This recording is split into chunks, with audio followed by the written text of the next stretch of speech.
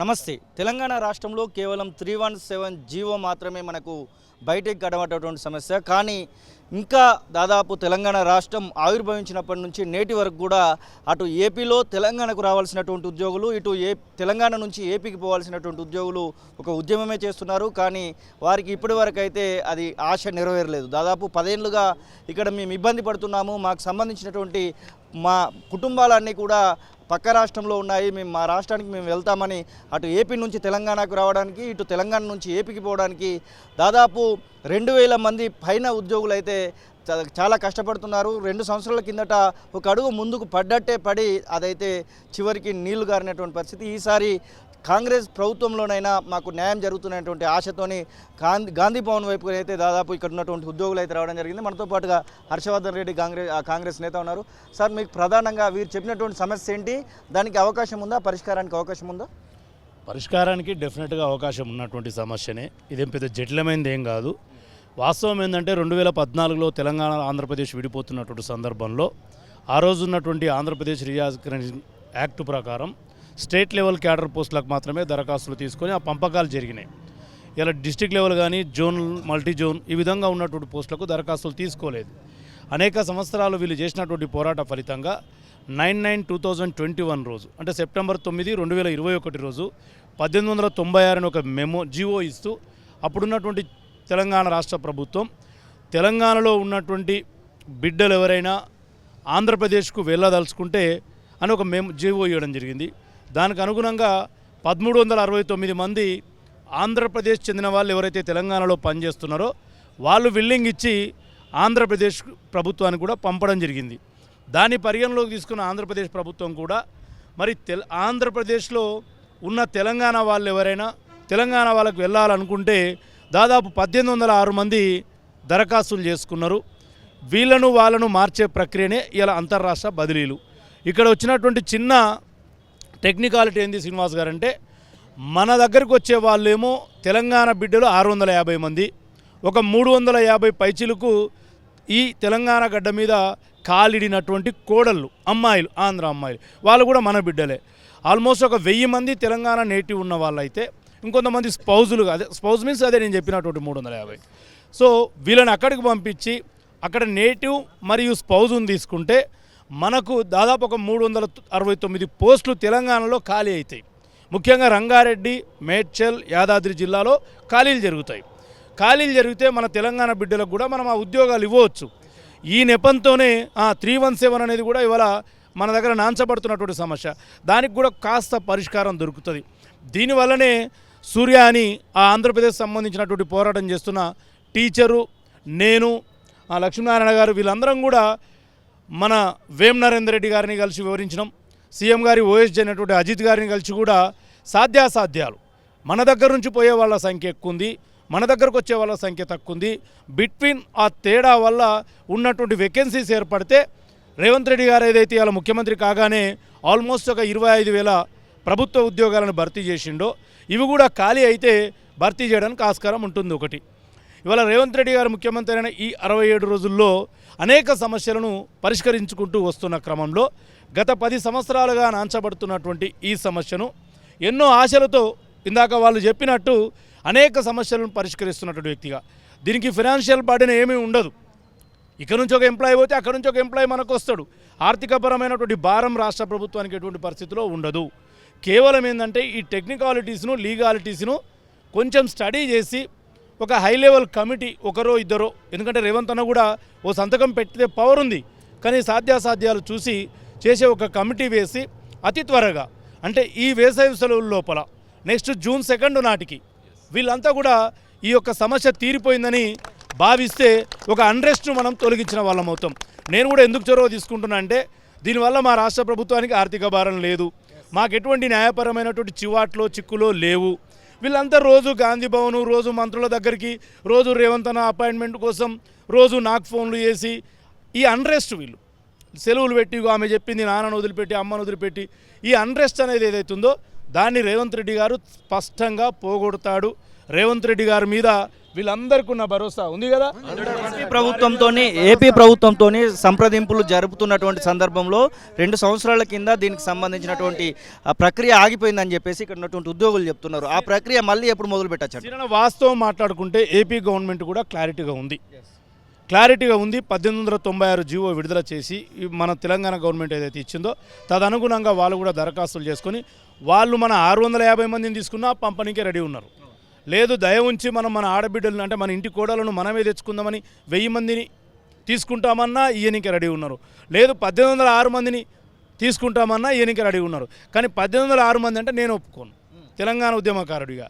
ఎందుకంటే మళ్ళా ఆంధ్రోళ్ళు వచ్చి ఓ 300-400 పోస్టులలో కూర్చుంటే మన బిడ్డలకు ఉద్యోగాలు ఉండవు. జెన్యూన్ ఏదైతుందో అంతే కదమ్మా, జెన్యూన్ ఏదైతుందో దాన్ని చేస్తే వీళ్ళు ఇక విధుల్లో చేరి వాళ్ళ విద్యుక్త ధర్మాన్ని వాళ్ళ పేరెంట్స్ను వాళ్ళ ఫ్యామిలీస్కి వాళ్ళ పిల్లలకు దగ్గరగా ఉండి మానసిక శాంతితో ఉద్యోగాలు చేస్తారనే నేను ముందుకొచ్చి మా గౌరవనీయులు ముఖ్యమంత్రి రేవంత్ రెడ్డి గారు ఇది పరిష్కరిస్తారు.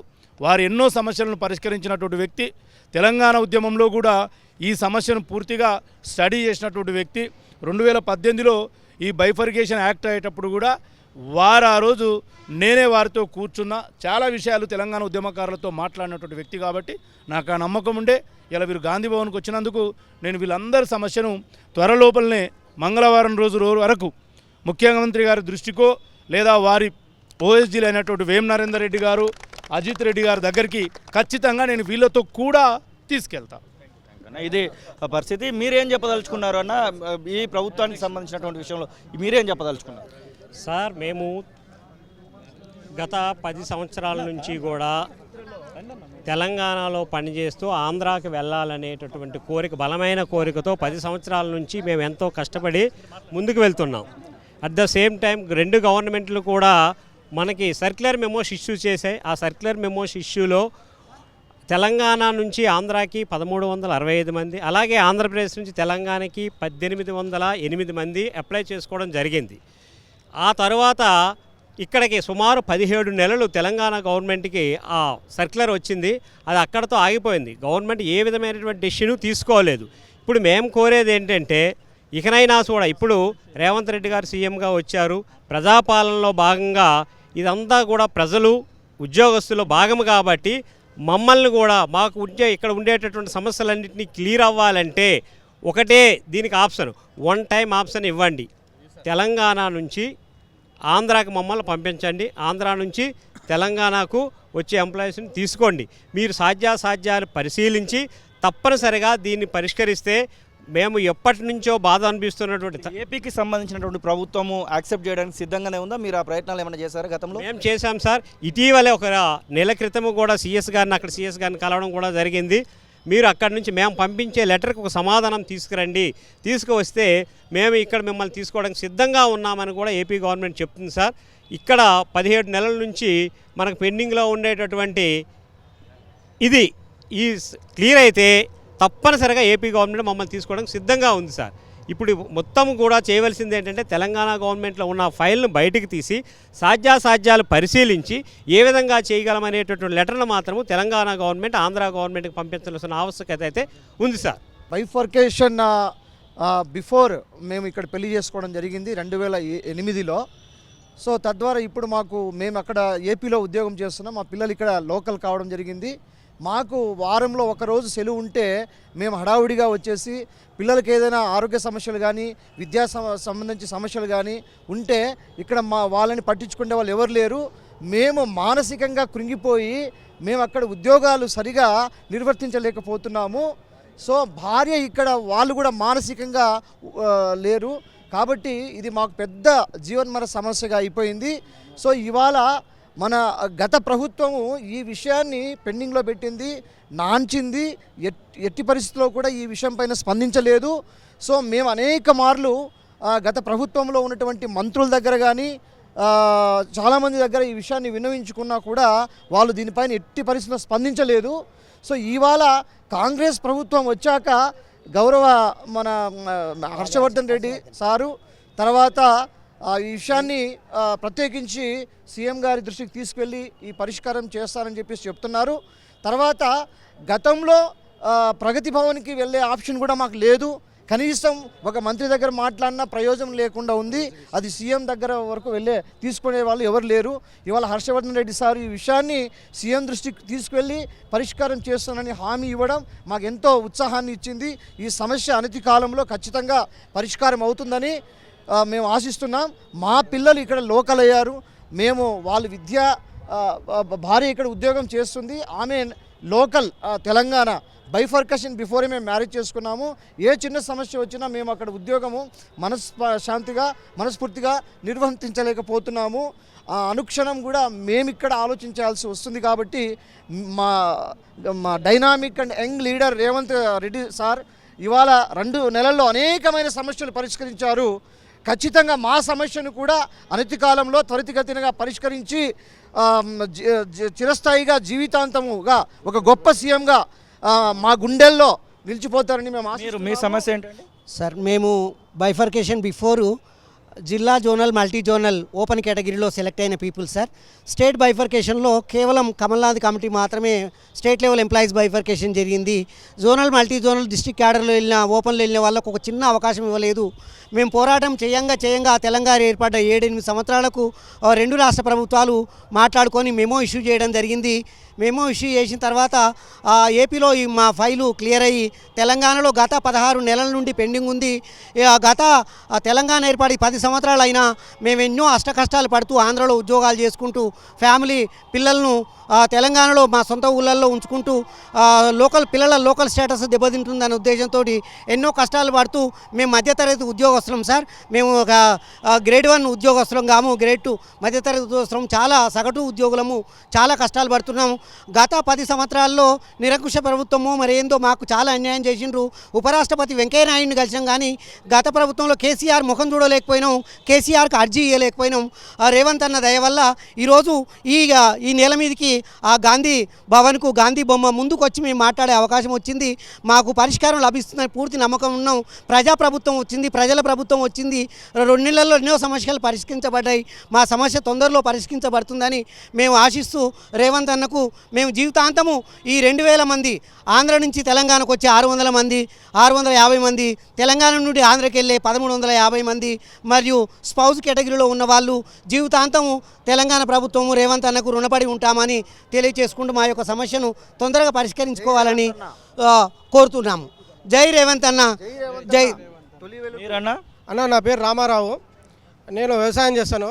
నా భార్య ఉద్యోగం చేస్తుంది, నంద్యాలలో జాబ్ చేస్తుంది.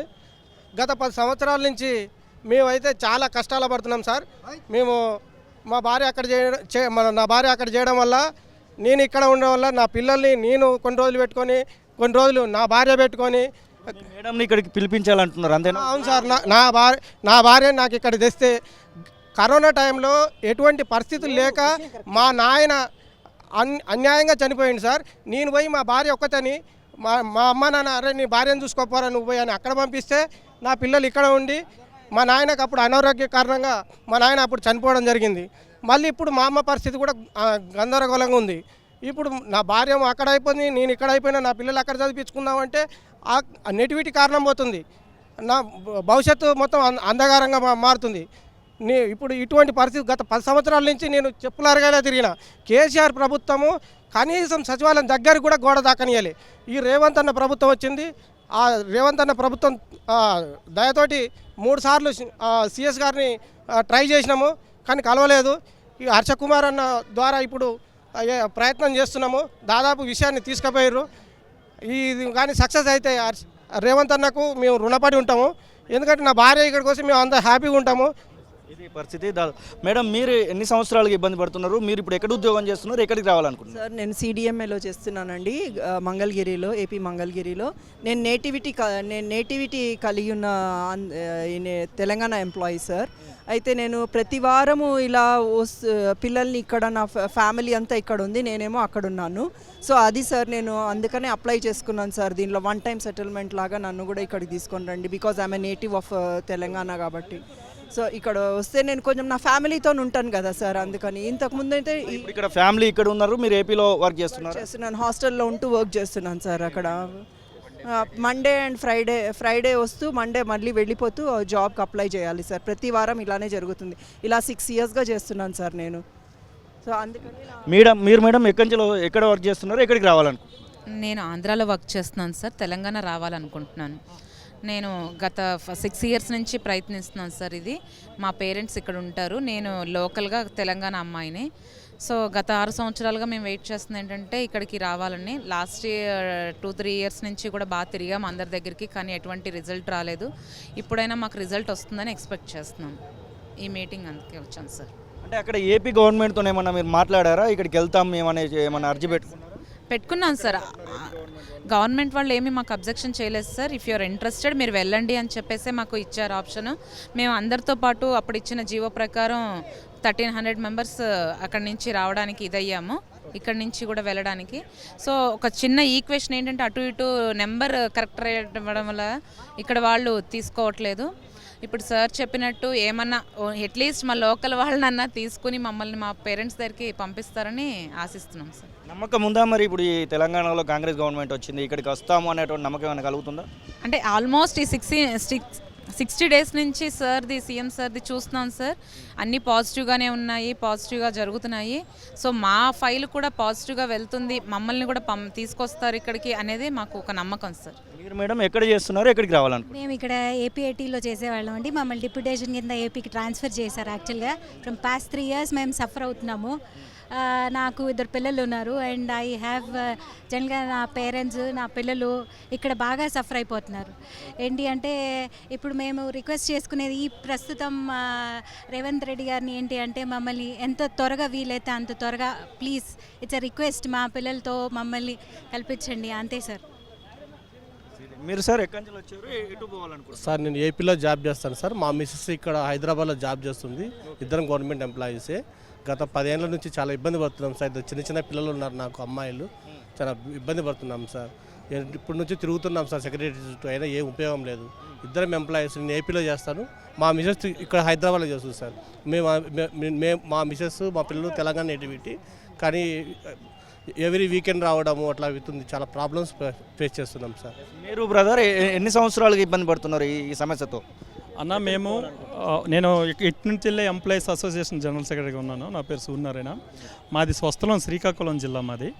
నేను పనిచేసేది మహబూబ్నగర్ జిల్లా, ఉపాధ్యాయుడిగా పనిచేస్తున్నాను. రాష్ట్రం విడిపోయిన తర్వాత 2014 నుంచి కూడా ఈ అంతర్రాష్ట్ర బదిలీల సమస్య మీద మేము పోరాడుతున్నామన్నా. 2 రాష్ట్రాల ఉద్యోగులు కలిసి ఒక అసోసియేషన్ పెట్టుకొని గత ప్రభుత్వాలు చేయాల్సినటువంటి సమస్య అనేది విస్మరించినాయి. గత 10 సంవత్సరాల నుంచి కూడా 2 రాష్ట్రాల ఉద్యోగస్తులు క్రింద గ్రామ పంచాయతీ స్థాయి నుంచి ఉపరాష్ట్రపతి వరకు మేము అన్ని ప్రయత్నాలు కూడా చేసామన్నా. అహోరాత్రులు కష్టపడ్డాం. వాస్తవంగా చెప్పాలంటే ఈ సమస్య మీద కాకుండా ఇంకా వేరే ఏదైనా సమస్య కానీ మేము ప్రయత్నిస్తే అది తొందరగా క్లియర్ అయ్యేదేమో అని మాకు అనిపిస్తుంది. మరి ముఖ్యంగా మేము ఇక్కడ నేటివిటీ అనేది మేము కోల్పోతున్నామన్న. అట్లాగే మా శ్రీకాకుళం జిల్లాలో ఉన్నటువంటి కొన్ని కులాలు ఇక్కడ ఓసీలో ఉన్నాయన్న, మాకు రిజర్వేషన్లు కూడా పోతున్నాయి. మా తల్లిదండ్రులు కూడా అక్కడే అయిపోయినారు. మా తల్లిదండ్రులకు ఇచ్చినటువంటి హెల్త్ కార్డ్స్ కూడా బెనిఫిట్స్ లేవు. మా వాళ్ళకి ఏమైనా రియంబర్స్మెంట్ కావాలంటే ఇక్కడ వర్తించట్లేదు. ఇటువంటి టెక్నికల్ సమస్యలు బోత్ స్టేట్ ఎంప్లాయీస్ అందరం కూడా మేము ఫేస్ చేయవలసినటువంటి పరిస్థితి. మరి మేము అనేక సంవత్సరాలు ఈ 10 సంవత్సరాలు పోరాటం చేసిన తర్వాత గత ప్రభుత్వం అనేది ఇక్కడ ఒక సర్క్యులర్ జారీ చేస్తే ఒక 1300 మంది మేము ఆంధ్రకాలకి అప్లై చేసుకున్నాము. ఆల్రెడీ ఏపీ గవర్నమెంట్ కూడా దాని మీద సానుకూలంగా స్పందించి అక్కడి నుంచి ఇక్కడికి ఒక 1800 మంది దరఖాస్తు పెట్టుకున్నారు. సుమారు 16 నెలల కాలం నుండి తెలంగాణ ప్రభుత్వం దగ్గర ఈ అంతర్రాష్ట్ర బదిలీల సమస్య ఫైల్ అనేది పెండింగ్లో ఉండిపోయింది. మరి ఈరోజు తెలంగాణ గౌరవ ముఖ్యమంత్రి వర్యులు రేవంత్ అన్న ఎన్నో పనులు చేస్తున్నారు, అనూహ్యంగా చూస్తున్నాం మనం. అంటే అసాధ్యాలు కూడా ఈరోజు సాధ్యాలు అవుతున్నాయి. ఆ ఉద్దేశంతో 2 రాష్ట్రాల అనేక జిల్లాల నుంచి, సుదూర ప్రాంత జిల్లాల నుంచి ఈరోజు గాంధీ భవన్కి వచ్చాము. ఎందుకంటే సీఎం గారి అపాయింట్మెంట్ మాకు దొరకట్లేదన్న, మా సమస్య మేము చెప్పుకుందామంటే కనీసం ఈ కాంగ్రెస్ గాంధీ భవన్కి వస్తే సీఎం గారు ఇక్కడే ఉంటారన్నటువంటి ఉద్దేశంతో ఈరోజు వచ్చి మీ మీడియా ముఖంగా మేము మా సమస్యను మేము తెలియజేస్తున్నాము. గత 16 నెలల నుంచి పెండింగ్లో ఉన్నటువంటి ఈ సమస్యని ఒక్క అన్నగారు ఒక సంతకం చేస్తే మేము మా రాష్ట్రాన్ని మేము పోతాము, అక్కడ ఉన్నటువంటి ఉద్యోగులు ఇక్కడ వస్తారన్న ఈరోజు మీడియా ద్వారా మీకు తెలియజేస్తున్నాము. మరి తెలంగాణ ముఖ్యమంత్రి వర్యులు 2 రాష్ట్ర ఉద్యోగులకు న్యాయం చేస్తారని మేము బలహీనంగా విశ్వసిస్తున్నాము.